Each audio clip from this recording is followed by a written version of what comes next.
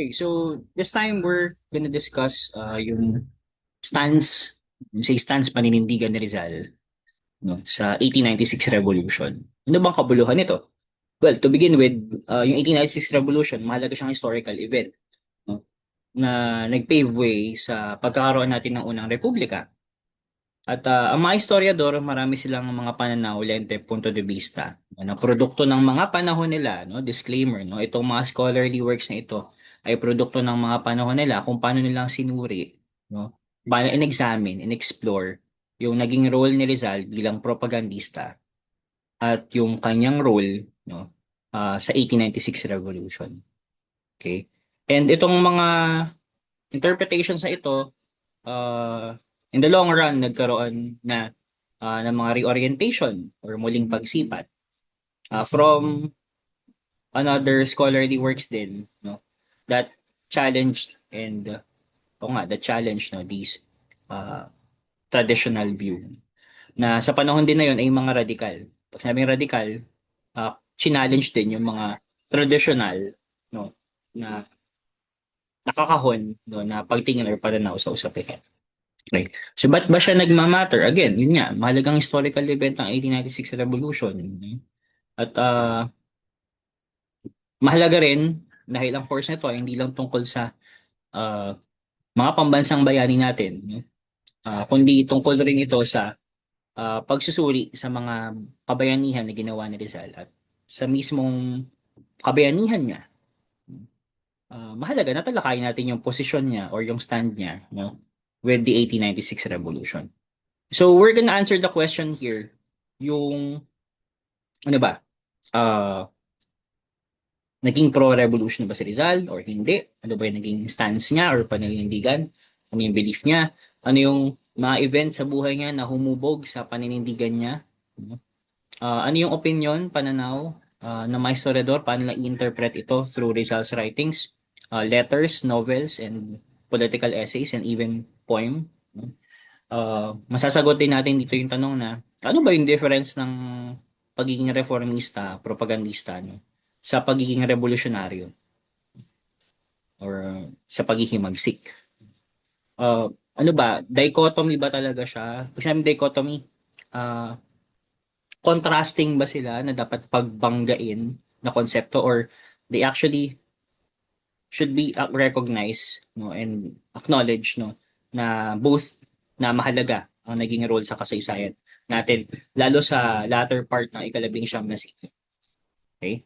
So, and sa panahon na yon, noong ikalabing-siyam na siglo, ano yung pananaw ng masa or ng mga pangkaraniwang Pilipino or Indio, no, sa usapin na yon na reforma at revolusyonaryo? Ano yung pagtingin nila? Yan. Ayan yung mga masasagot natin, for today's lecture and discussion about Rizal and the 1896 Revolution. Okay?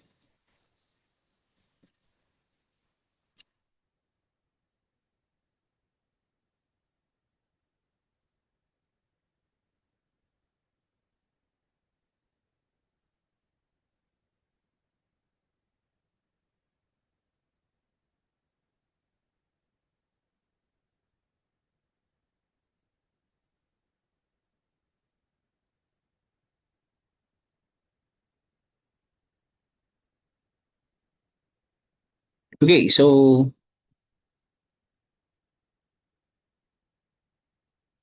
welcome to our lecture and discussion in Rizal Life Works and Writings, Rizal in the 1896 Revolution. Okay. So, yan. Simulan natin kay ah, Teodoro Agoncillo. Nakalimutan ko lang sabihin, no? Masasabi natin paradoxical or may kabalintunaan, no, yung naging pagtingin natin, no, sa role na ginampanan ni Rizal sa Himagsikan dahil yun nga may iba't ibang or mayroong multiple interpretation sa mga historiador, ng mga scholar, no, sa naging posisyon, paninindigan, paniniwala ni Rizal, ideolohiya, kaisipan, no, sa Himagsikan, okay, in general, through his writings, through his letters, no, na nagbabari depending sa context. Okay? So, yun yung kailangan nating maintindihan dito, yung context ng ni Rizal, no, dun sa 1896 revolution. Okay? Simulan natin kay Teodoro Agoncillo. No? Sabi natin, ah, ano yan, OG, no, ng mga Philippine history textbooks. In the works like The Revolt of the Masses ni Teodoro Agoncillo, meron niyang copy sa library actually. Siyempre, tingin ko, dinadaanan nyo lang yan no, pag natandaan kayo ng Filipiniana section. Kaya napapansin. Sa kanyang gawa, sinabi niya na ang Malistrados ay educated Filipino elite. Elitista, elite, mayaman, burges. Tulad nila Rizal, Marcelo H. del Pilar, Graciano Lopezana, and the others. And ito, you might find it polemical, sa academic, sabi mo polemical, controversial. Sa panahon natin yun, hot take, unpopular opinion.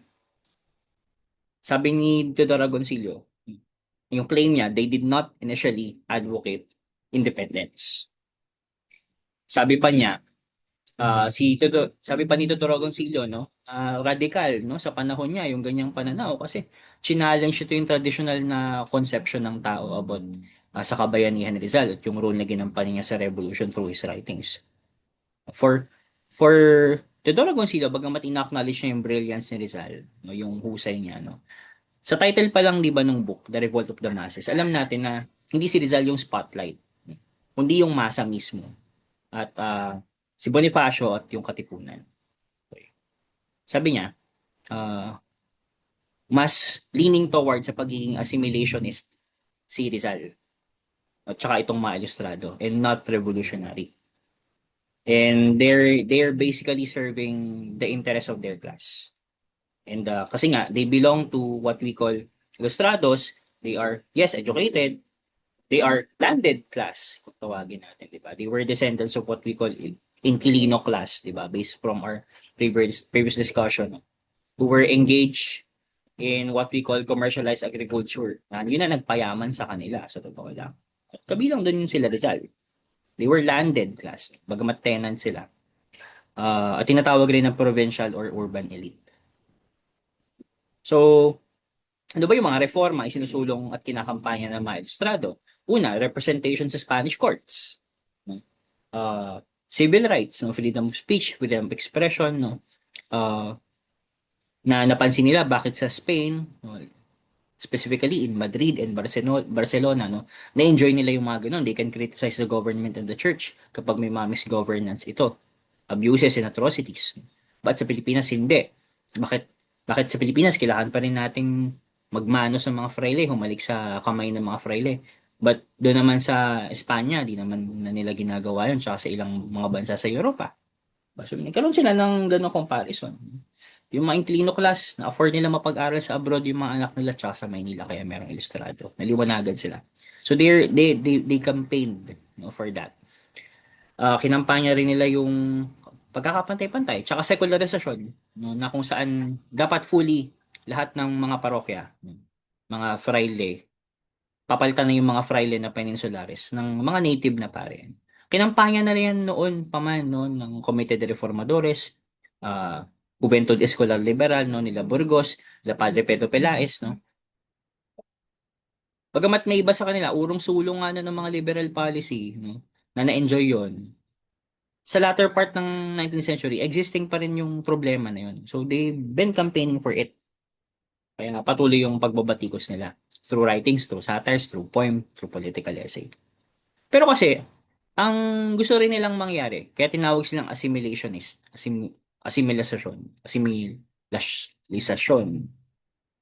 Kasi, gusto nila maging probinsya ang Pilipinas ng Spain. Kasi parang, siguro parang nakikita nila yon na magandang tunguhin dahil kung itatrato na mamamayan ng Spanya ang mga ah, Indio sa Las Pilipinas, pantay na silang ituturing. So, kaya, diba, hindi necessarily revolution. Initially, yung gusto nilang mangyari. Eh, ang revolution ay precursor to independence. Diba? Kaya, they did not initially advocated independence. May mga reservation sila. Kasi nga, babalik tayo ulit dun sa argumento ni Teodoro Agoncillo, they serve the interest of their class. They wanted reforms, yes, but that would benefit their social position, not necessarily the masses. Yun. Again, no, disclaimer, no, may mga counter-argument na about these claims. And you have to acknowledge na these radical ideas of Theodore Agoncillo is a product of his time. Okay? Kaya, gano'n naman yung, yung kagandahan sa mga gatong scholarly exchange. Eh. Continuous yung pag-challenge ng mga notion, ng mga idea, ng mga claims. Now, sabi pa ni Teodoro Agoncillo, the revolution was driven by the masses at not ilustrados. No? Dito, in-elevate ni Agoncillo yung role na ginampanan ng masa, yung mga ordinaryong Pilipino, bilang sila yung nagtulak no, ng kalayaan. Ang masa, si Bonifacio at ang Katipunan. In fact, yung mga ilustrados daw, no, latecomers, kasi sa latter part ng propaganda movement, tsaka nag-sympathize yung ilan sa mga reformista, tsaka sila naging separatist. No? At claim rin ito Dragoncillo, no, they delayed the revolution because they pushed for peaceful reform instead of armed struggle. So they diverted energy away from the revolution. They could have started the revolution themselves. Parang pwede mo tingnan yun that way. Yung pagiging maligamgam nilang paninindigan sa kalayaan ang nag-postpone mismo sa independence efforts.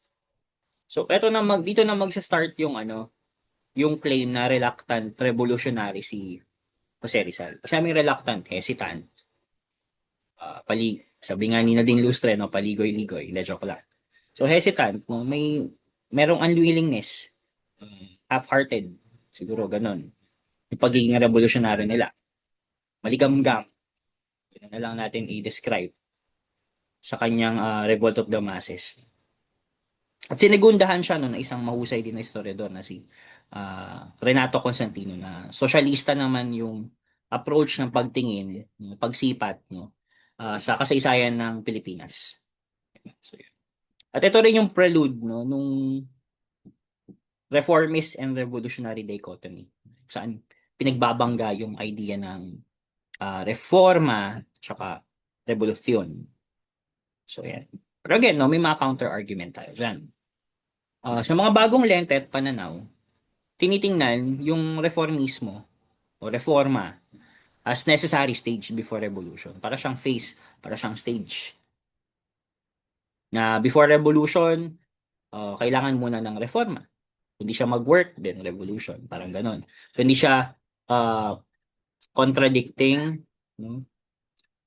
na ideas na pagbabanggain mo. Jose Rizal's writings also, as claimed by other historians and scholars, help shape nationalist consciousness. Totoo din naman, no? Yung mga sulatin ni Rizal, ang naging daan para magkaroon ng pambayan na kamalayan, kolektibong kamalayan. Even if Rizal didn't call for independence, it's valid to point out or to argue that way. Sabi rin naman, some ilustrados eventually supported or joined revolutionary efforts. Hindi lang sila nag-sympathize, sila mismo ay nakilahok sa revolusyon. Example, yung kuya mismo ni Rizal, si Pasiano Rizal. Yan, sina Emilio Ginaldo. No? Pero kasi, di ba, bagamat reluctant revolutionista ang claim nila kay Rizal, pati nito ni Renato Consent. Di ba si Bonifacio reluctant din na reformist? Kasi, bago siya nag-start as revolutionary, naging reformista muna siya eh. Pero hindi naman necessarily unwilling. Pero, di ba, sabihin natin nag-start muna siya as reformist din. Magme-make sense na stage nga talaga ang reformism to revolution in the context of 19th century. Sa context ng Philippine history. Sa ikalabing siyam na siglo. Di ba? Kasi nag-join si Bonifacio tsaka yung mga founder ng Katipunan sa La Liga Filipina, isang civic organization na ang grassroots ay mga reformista na nasa Pilipinas na nagka-capitalize. Diba? So, next.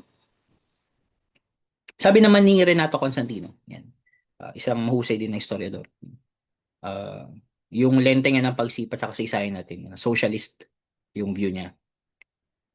Yung kasaysayan ng lahat ng umiral na lipunan ay kasaysayan ng tunggalian ng mga uri.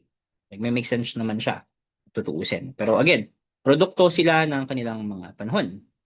May mga relevance yung kung may nag-resonate pa rin, kahit masabi natin may mga nag-resonate pa rin naman na relevance, no? Yung kanilang scholarly works, even at present. And I can say classic and timeless. Okay. Sabi ni Renato Constantino, si Rizal ay ilustrado figure that situates firmly within the ilustrado class. Parang ano rin, pananaw din ni Teodoro Agoncillo. Na may identify mo si Rizal sa uri na kinabibilangan niya. So clearly, he would serve, no, the interest of his own class, yung gitnang uri. Actually, hindi man necessarily ginta. Itong edukado, reform-oriented, at bahagi ng colonial elite. They advocated for gradual reform, pero not radical revolution. May controversial take pa nga itong si Constantino, sabi niya. Maaring hindi si Rizal to, no, pero merong pwedeng mailagay din sa center stage na mag-same ng role na ginagawa ni Rizal. So meron siyang ganung take. For Constantino, tung uri na kinabibilangan ni Rizal ang humubog sa politika niya, making him detached from the material struggles of the masses. Totoo din naman, no? Pero kasi, no, counter argument, no? Tandaan nyo, no, hindi naman naging luxurious fully yung pamumuhay ni Rizal. Hindi puro layaw lang yung naging buhay niya, no, nung nagpunta siya sa Europa. Grabe rin yung mga naging sakripisyo niya at ng kanyang pamilya. Lalo nung na-persecute sila through Rizal's writings. At yung Hacienda de Calamba Agrarian Dispute, kung maaalala ninyo, naging dagok at krisis sa kanilang pamilya. Diba? Idagdag pa rin natin dito, no? Yung paghihirap din mismo ni Rizal nung mga unang taon na na-exile siya sa Dapitan. Hindi na naging biro yun. So, syempre, totoo din naman, detached siya sa material struggles, no, ng masa. Para siyang ano, kung ipuput into lens natin sa mga public servant or leaders natin ngayon na belonging to upper middle class or at least uh, mga burges din, na mga public officials na may mga negosyo, ang hirap silang hindi identify sa class nila eh. Parang bagamat nag-introduce sila ng changes, pagbabago, like kahit transformative sila, ang hirap hindi silang i-associate. No? Halimbawa, sa negosyo na kinabibilangan nila. Kasi in the long run, baka syempre i-prioritize rin nila yun pagka nagkaipitan sa kanilang paglilingkod bilang leader. At the same time, yung interest ng negosyo nila. Kaya ang hirap, alam niyo yun, detach sila sa kalagayan talaga ng masa na naghihirap at mga manggagawang uri. No, yan naman ay sa lente ng kasalukuyang panahon. Illustration lang siya, no, para maunawaan nyo na kung saan nanggagaling dito si Renato Constantino, no, sa kanyang sabihin natin claim, no, about Jose Rizal. Ito ay mula dun sa kanyang Veneration Without Understanding, no. Magandang political essay rin yan, no, pag binasa natin. Sabi niya dito, Rizal did not support the revolution. In fact, nireject niya ito, no. Dinis-associate niya na wag i-involve yung pangalan niya. Nakarating sa kanya na ginagamit yung pangalan niya sa paghihimagsik. At ang key evidence dito ni uh, Renato Constantino ay yung sinulat ni Rizal na manifesto na pinamagatan sa English na uh, Manifesto to Certain Filipino. Wherein sinulat niya yon while imprisoned in Fort Santiago noong 1896. Anong pinakang synthesis or summary ng dokumento, ng letter? Sabi niya, he condemned the ongoing revolution and tinawag niya na premature or hindi pa handa para maghimagsik again. Hindi nga sinabi definitely na wag maghimagsik. Pero hindi pa handa, di ba? And harmful, delikado, no? Baka it might end up having a large massacre of the Filipino. So he urged Filipinos to pursue education and reform instead. Pero kasi dito, for Renato Constantino, decisive proof na to na dinanay ni Rizal yung himagsikan. He did not materially contributed. to it. Ano yung counter-argument dyan? Sabi ng mga scholars, historians, may indirect role pa rin si Rizal sa himagsikan. The mere fact that he wrote that his novels, Noli and Elfili, and political essays in La Solidaridad, that exposed colonial abuses, that helped ignite nationalist consciousness, na na-access at nabasa ni Bonifacio at ng mga Katipunero. Bonifacio admired and read Rizal to the point na kapag may mga meeting sila sa Katipunan, in fact, yung pattern mismo, no, yung structure ng La Liga Filipina, inadopt nila Bonifacio nung tinatag nila yung Katipunan. Eh. Diba? So, pwede mo sabihin, continuation ng La Liga ang Katipunan. Or pwedeng tulay between reformism or reforma and revolution. Diba? So, pag may mga pagpupulong ang mga Katipunero, may portrait daw ni Rizal ayon sa mga anecdotes. Ba, ganun nila ina-admire si Rizal. And they even consider Rizal as their honorary president. Kaya dinenere niya ni Rizal nung tinanong siya na hindi niya alam yun. Tatanungin mo, kasalanan ba ni Rizal na ganun siya in-immortalize? Or ganun siyang in-admire ng Katipunan? Now, yung manifesto naman na sinulat niya noong 1896 nung ikinulong siya sa Fort Santiago, sabi ng mga scholar, it may have been written under duress or by force, coercive. Or pwede rin naman, on a personal level, baka gusto na lang din ni Rizal na linisin yung kanyang sarili na total, i-execute na rin naman ako sa bagong bayan. Bakit ko pa i-associate yung sarili ko sa mga controversial na bagay? Tulad ng rebellion, pag-aklas. Diba? So sabi niya, pwedeng strategic move siya to distance himself from uprising. Sabi rin naman, yung mga earlier writings ni Rizal were already radical for their time. Yung mga political essays niya. Uh, so, yung reform versus revolution, hindi siya ganung linear na simple lang na binary or dichotomous.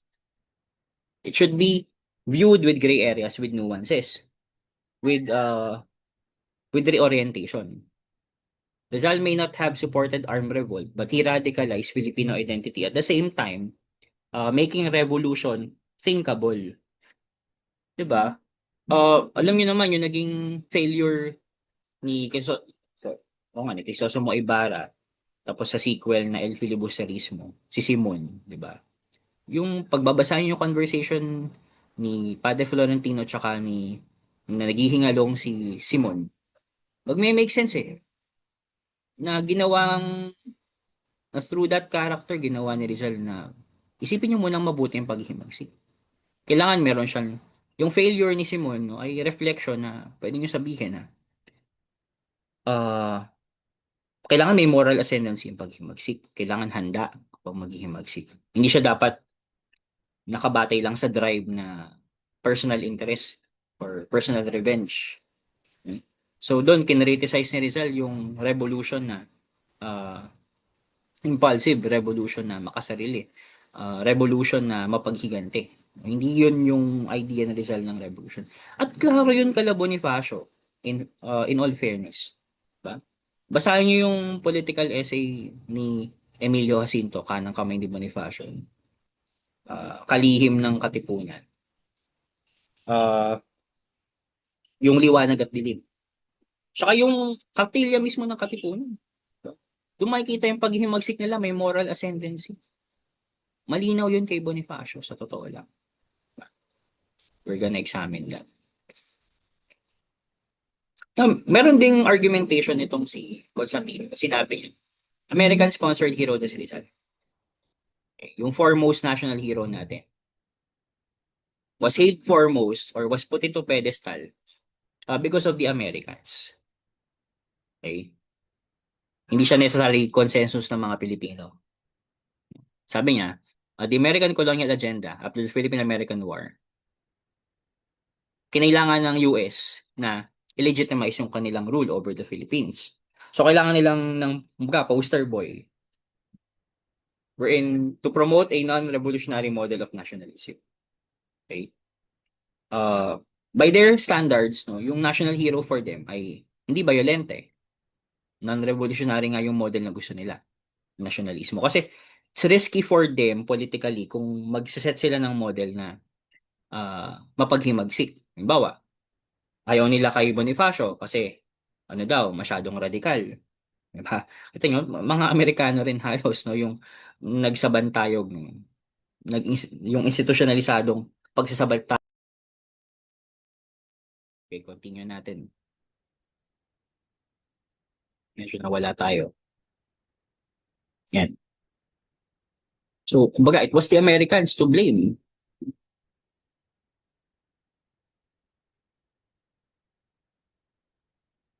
for putting Rizal into pedestal as pantheon of national heroes. Diba? Um, Hindi daw pwede si Bonifacio kasi nga masyadong radikal. Hindi pwede si Aguinaldo, masyado daw militante. Si Mabini, masyadong revolusyonista. So, Rizal tailor fits dun sa agenda, no? Colonial agenda, no, ng mga Amerikano. Because he was, as perceived by them, no, so kung paano nila nakilala si Rizal, reformista, anti-violent, at ang naging basis lang nila yung manifesto, and not associated with armed resistance. So, again, no, kolonisador tong mga to, limitado yung kaalaman nila hinggil dito. Bagamat sila yung mga nag-pioneer na pagsulat ng mga textbook at biography tungkol kay Rizal, kasi nga, part nga yun ng kanilang colonial agenda. Hindi ma-reject na yung fact na hindi ganun lubusang kilala ng mga Amerikanong kolonisador, no? Ang konsepto natin ng pagkabayan, walang consensus ng mga mamamayang Pilipino. So, for Americans, promoting them as primary heroes would be politically risky. Diba? So, okay.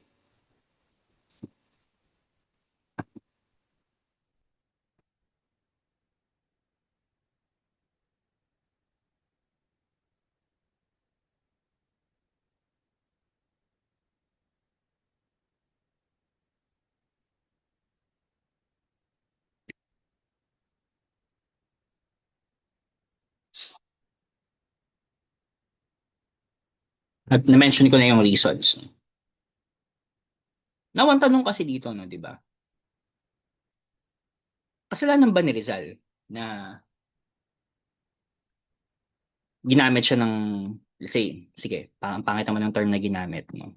Ah, parang he was uh, venerated by the Katipunan in Bonifacio as a rallying symbol? Or was it Rizal's fault that the Americans instrumentalized him for their colonial agenda? Dito papasok yung sinasabi ni Ambet Ocampo na kanya-kanyang Rizal eh. 'Di ba? Uh, or yung many Rizals and many uses. 'Di ba? May kanya-kanya tayong interpretation kay Rizal. Halimbawa, iba tinitingnan si Rizal as divine tulad ng mga Rizalista. Yung iba naman na strongly nag-agree na limitado sa pagiging asimilista si Rizal dun sa kolonyal na Rizal. Meron din naman naniniwala sa role na ginampanan ni Rizal sa pagiging nasyon natin o yung mga nationalist Rizal. Meron din naman na naniniwala na may direct na naging kabuluhan ang mga sulatin ni Rizal para mapaigting ang revolusyon o yung mga revolutionary Rizal, naniniwala na pro-revolution si Rizal. Meron din mga reformist Rizal na ikinahon na si Rizal sa pagiging reformista. Diba? As in black and white. So may kanya tayong interpretation eh. Rizal na nasa Luneta, Rizal na monumento, Rizal na nasa piso, 'di ba? Rizal na nasa pelikula. So, alam niyo 'yun, may kanya-kanya tayong Rizal. And to answer that question, is it Rizal's fault? Those questions, is it Rizal's fault that Americans instrumentalized him? Hindi naman, 'di ba? Beyond control na yun ni Rizal, 'di ba? Siya nga mismo eh, habilin niya. 'Di ba? Walang anibersaryo. Ilibing ako sa sementeryo na ganito lang. May paanan ng, may pa ako cemetery, ganun. Tarakan nyo lang ng krus. Lagyan nyo ng pangalan ko, petsa ng kapanganakan, petsa ng kamatayan. Walang anibersaryo to commemorate these births and death. Pero what happened, di ba? Holiday, pag December 30, kasi, oops, hindi nga birthday yon ha? Paglilinaw. Kamatayan niya yon. Sa atin sa Laguna, walang pasok yan. June 19, birthday niya yun eh. Diba? So, nasunod ba yung gusto niya na libing? Hindi. Yung mga labi niya, nasaan? No? As doon sa Luneta. Nagkalat ang monumento niya sa buong Pilipinas. Nagkalat ang monumento niya, no, kahit sa iba't ibang panig ng Timog Silangang Asya at ng daigdig, even in Europe. Di ba? Hindi rin nasunod eh. Beyond control na yun ni Rizal. Bagamat may bravado siya, no, na, I mean, may ego siya na is great and that he would do great things. Beyond capacity to ni Rizal. The American colonial government, especially after the Philippine-American War, selected and emphasized aspects of Rizal that suited their agenda. So may dapat sisihin yung mga colonial policy makers yan, yung mga educational institutions na tumanggap rito, yan, yung mga nation building projects ng mga lawmakers ng panahon na yan, na mas nagpasabantayog at nagpa-institutionalisa na i-put into pedestal si Jose Rizal. Okay? So it wasn't Rizal's fault. Kasalanan di ba ni Rizal na uh, naging rallying symbol siya ng mga Katipunero bilang leader and even made him honorary president? Bakit hindi? Kasi, diba? For Bonifacio, mahalaga yung naging gampanin ng mga sulatin ni Rizal for national consciousness.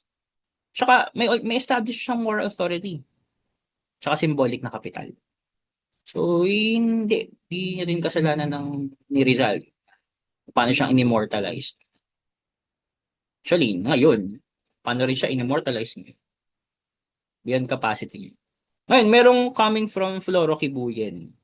Isa rin yan sa mga uh, mas recommended, no? Recommended, no, na scholarly work or scholar about na nag-aaral din kay Rizal. Ano bang, ang tanong niya, ano bang mentalidad? Ito yung tinanong natin kanina na introduction. Ano bang, what's the mentality or kamalayan, pananaw ng mga Pilipino regarding reform versus revolution? Tinitingnan ba nila ito as, as dichotomy or as in dapat pagbanggain na ideya? Now, this directly challenges yung binary setup pagtingin ni na Teodoro Agoncillo at Renato Constantino. Yung mass revolution versus ilustrado reform, tsaka Rizal versus revolution.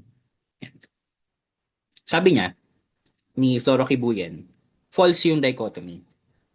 Kasi he argues that the masses did not sharply distinguish between reform and revolution. Yun yung kamalayan, pananaw, mentalite ng masa no, sa panahon ng ika-19 na siglo. And these were not seen as opposing strategies, no, yung reform tsaka revolution, but part of a continuum of struggle. And ito, reform could evolve into revolution. Contrary to Agoncillo's idea that nationalism came mainly from masses separately from Ilustrados, bago pa man nagkaroon ng nasyonalismo, na yun yung sinasabing nagpaigting, no, yung sulatin ni Rizal, bago pa magkaroon nun, though Western concept ang nationalism, meron na tayong tinatawag na nationhood. In fact, ina-acknowledge siya ni Jesus Salazar, yung isang historiador din. Diba? Sa kanyang pantayong pananaw, at saka yung Philippines, o nga yung Pilipinisasyon. May nationhood na tayo. May collective identity na tayo. Bago pa yung mga sulatin ni Rizal. Pwede mo sabihin, nagatilyo yung sulatin ni Rizal na nag-trigger palalo. At yung consciousness na yan, no, prior to nationalism na kiniklaim, no, na naging ugat, no, na nagbunga, no, mula sa sulat ni Rizal, not necessarily na-establish because of his writings, but yun na nga, before that, meron ng ganitong konsepto that is shared across classes. Kay mahirap, mayaman, kay ilustrado, kay pangkaraniwang Indio. May ganun na silang collective na identity. Rizal and Reform were not anti-revolution. In fact, sabi pa nga ni Floro Kibuyen, Rizal's reformism was strategic, not submissive. Kumbaga, hindi ito yung end goal, yung reformism.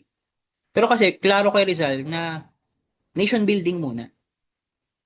We have to establish first a firm nation. Tapos, tsaka tayo ngayon magkampanya ng political separation. Okay? So kung i-examine natin yung nobela niya, political essays, at yung kanyang mga liham. At another claim, no, from Flora Kibuyen, the revolution was a continuation, not a break. Katipunan mismo, hindi nire-reject yung mga ideya ng reformismo eh. In fact, they absorb and transform them into revolutionary action. Kumbaga, arkitekto itong mga ilustrado, ang nag-execute ng mga engineer, itong mga Katipunero at si Bonifacio. Kasi, in reality, Andres Bonifacio himself, nagpo-fanboy din siya kay Rizal eh. Binabasa niya rin si Rizal. Yung kanyang mga political essay sa La Solidaridad, yung mga tula nito. Parehas nga sila ng view eh.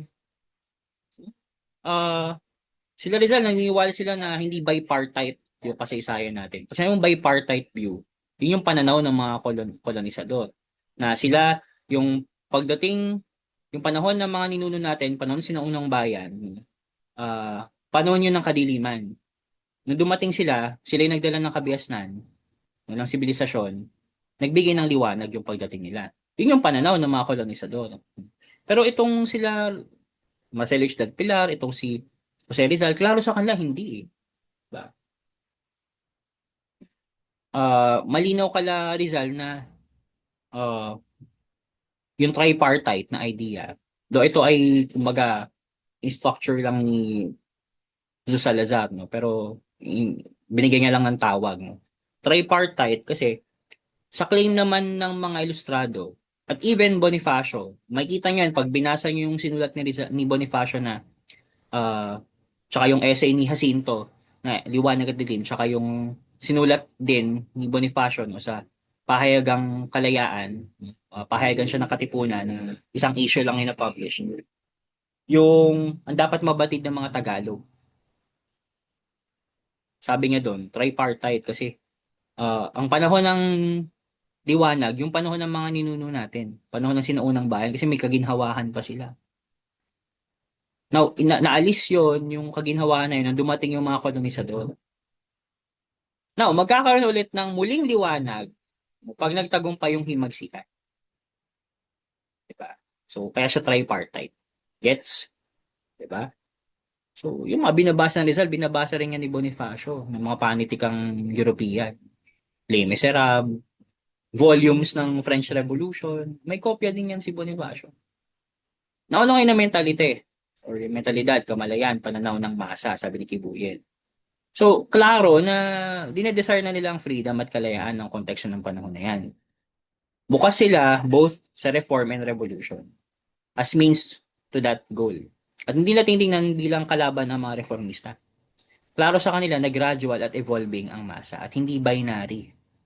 Hindi dichotomy. Diba? Rizal advocated peaceful reforms, education, and legal quality. Pero ang ultimate goal ay separatist. Later, no? Pag binasa natin yung mga letter pa ni Rizal sa kanyang mga kaibigan, mga fellow ilustrado, propagandista at kay Blumentritt, magme-make sense nung sinasabi natin na at some point in Rizal's time, naging separatist yung paninindigan niya. Kasi 'di ba, may mga asimilista na reformista, may mga separatist na reformista. So, sila mismo may faction sila eh. Sa revolution naman, may elitist na revolutionaries. May mga egalitist naman na revolutionaries. Yung mga elitistang revolutionary, yun yung warning ni Rizal sa El Fili. Yung mga egalitista naman, yan, sila Bonifacio. So magkaibang concept yun, egality, tsaka equality. Di ba? Yung French Revolution, egalite, fraternité, liberté.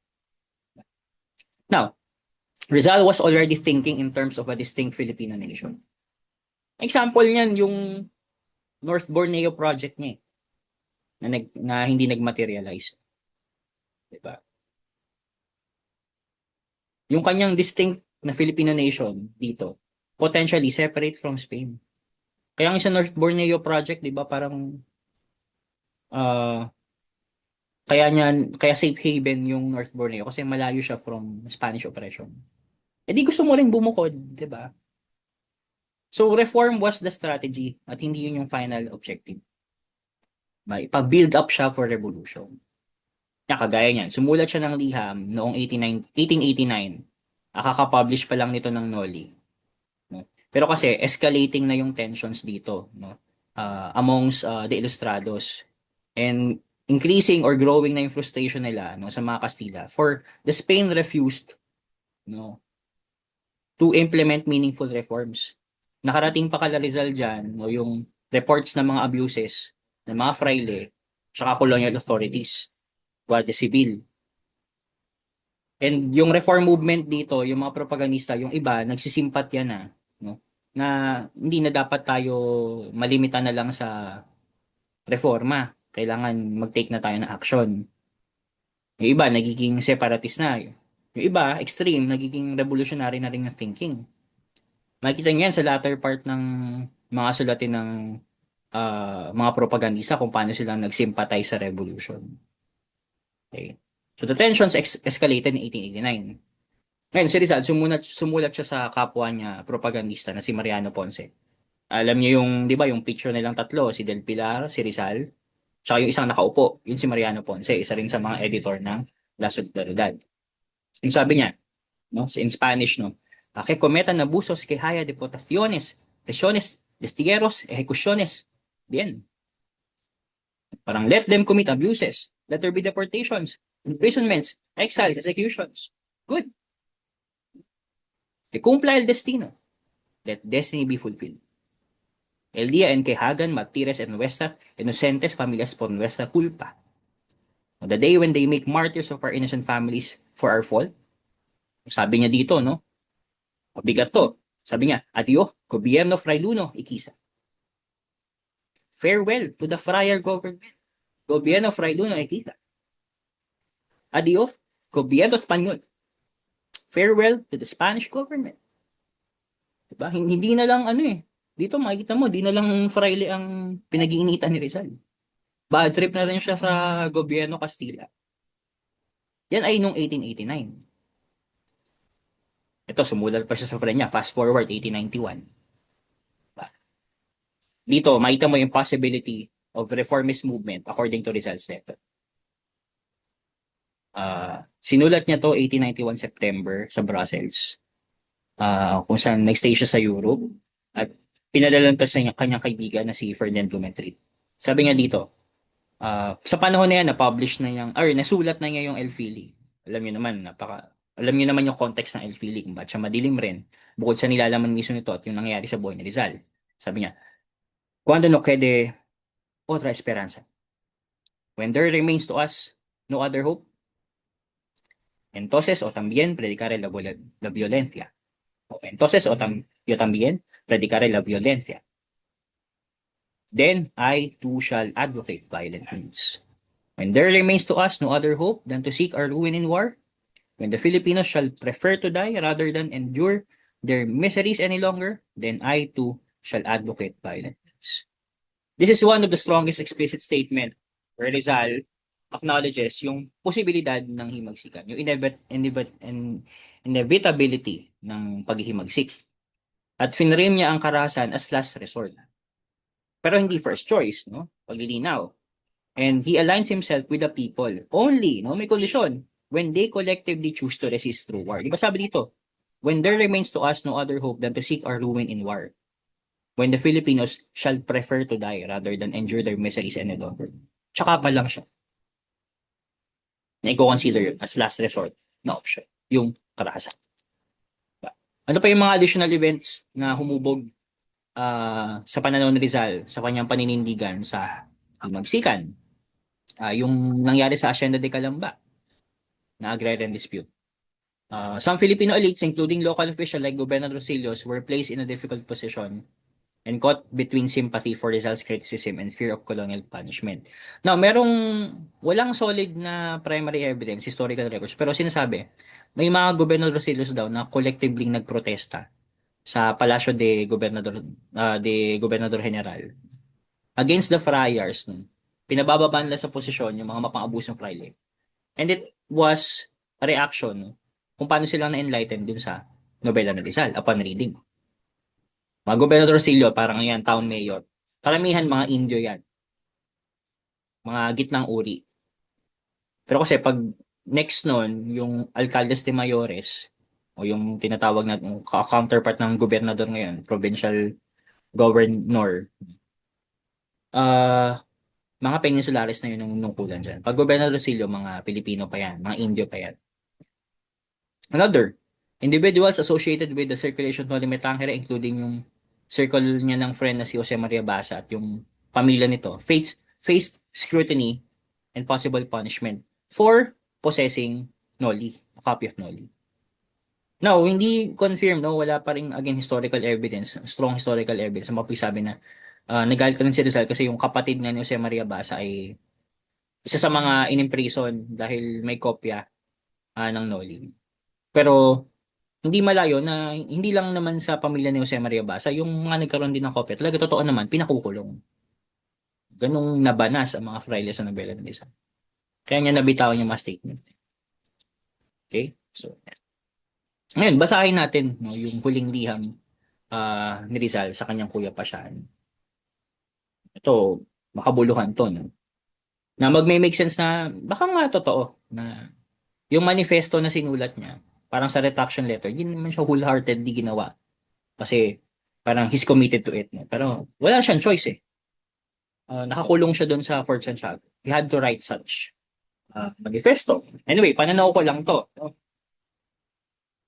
Pwede niyong suriin to yourselves. Pwede niyo pang open ito for you to examine yourselves. You may research about it. Now, let's read Rizal's letter to Pasiano Rizal. Context, ang tagal na lang di nagsulatan or kahit nagkamustahan man lang for 4 years and a half, ganun katagal. Si Pasiano dito ay nasa Katipunan na yata. Si Rizal, syempre, ayan, nasa Fort Santiago. Alam niyo naman, ang naging role ni Rizal sa kanyang kuya Pasiano, kahit sa mga letter niya kay Blumentritt, talagang kinikilala niya as noblest of all Filipino itong kuya Pasiano niya. Uh, Considering din yung naging sakripisyo ni Pasiano Rizal at ng pamilya ni buong pamilya ni Rizal no nung nasa abroad siya. Ganun din naman si Rizal, nasa abroad siya, yung naging sakripisyo niya para sa kanyang pamilya. No, dito parang coming to conclusion na yung lahat no, ng mga nangyari, mga sinimula nila. So, to Pasiano, he said, it has been 4 years and a half that we have not seen each other, addressed each other in writing or orally. I don't think this is due to lack of affection on my part or yours. And knowing each other so well, there's no need of words to understand each other.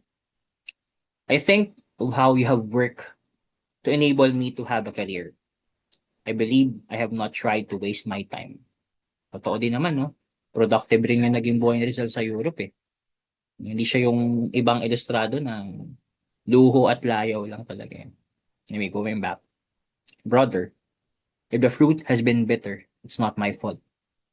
It is the fault of circumstances. I know that you have suffered much because of me. I am so sorry. I assure you that I am innocent of this crime of rebellion. If my former writings had contributed this, I should not deny it.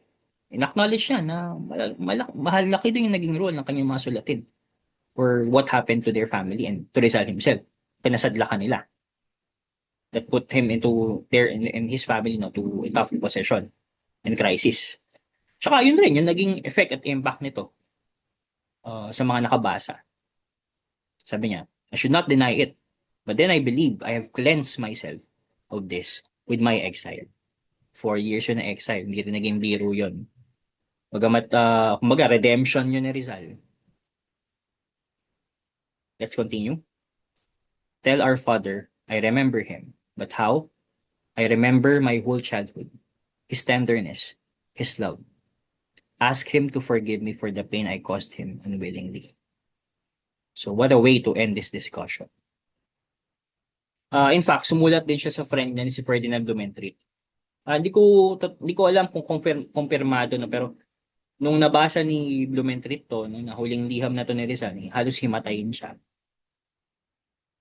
Not sure, anecdotal siya. My dear brother, di ba brother, kayo ginagawa niyo ng issue eh, na may something sila eh, siniship niyo na parang BL series sa TikTok itong dalawa eh, mag-BFF lang yan, tsaka mentor niya to. Anyways, walang mali siya, di ba? When you receive this letter, I shall be dead. Tomorrow at 7, I shall be shot, but I am innocent of the crime of rebellion. I die with a tranquil conscience. Farewell, my best, my dearest friend, and never think ill of me, Jose Rizal. Regards to the whole family, Senora Rosa, Loleng, Conradito, and Federico, mga anak ni Blumentritt. Si Senora Rosa, asawa ni Ferdinand Blumentritt. On the margin, no, yan, kung titingnan nyo yung letter, meron sa margin na note, I live, I leave a book for you as a souvenir. Ano kayang book yun? Ito yan. Sabi, anthology siya ng mga German na tula. Ay, taray. Poetry. Paka-romantic. De joke lang. Ginawa na naman ng mali siya. Had originally sent to Rizal. Galing siya talaga kay Blumentritt, yung German poems na yun, na compilation. Nag-aaral siya ng wikang Aleman. Na binalik din naman ni Rizal. With handwritten comments and marginal notes. May annotation din. Ano kayang mga annotation yun sa tula? Nakikita ko tayo rito. Hindi, joke lang. Walang ganun. Now, eto, masyadong malungkot yung ano eh, yung liham eh. Filler tayo. Baga sa anime, filler episode. Ito yung background.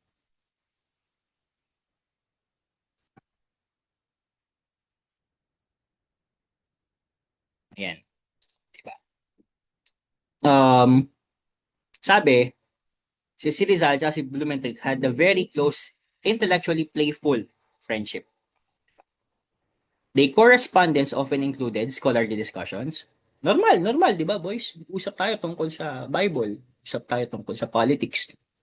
Humor and teasing, normal din, di ba? Pag magtropa ang mga lalaki, di ba? Nag-aasara naman talaga tayo eh.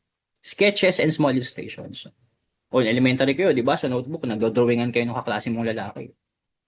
Some surviving letters attributed to Rizal reportedly contain doodles or sketches, normal, with phallic imagery. Yun lang. May edits. Usually, interpreted by historians as, pero sabi naman ng story, disclaimer, yan. Misinterpret nyo. Ininterpret ito ng mga historians as jokes or playful humor, part of informal private communication. Not meant for public viewing. Intimate, ano nila, asaran. De joke lang. So for now, that ends our lecture and discussion and see you next meeting.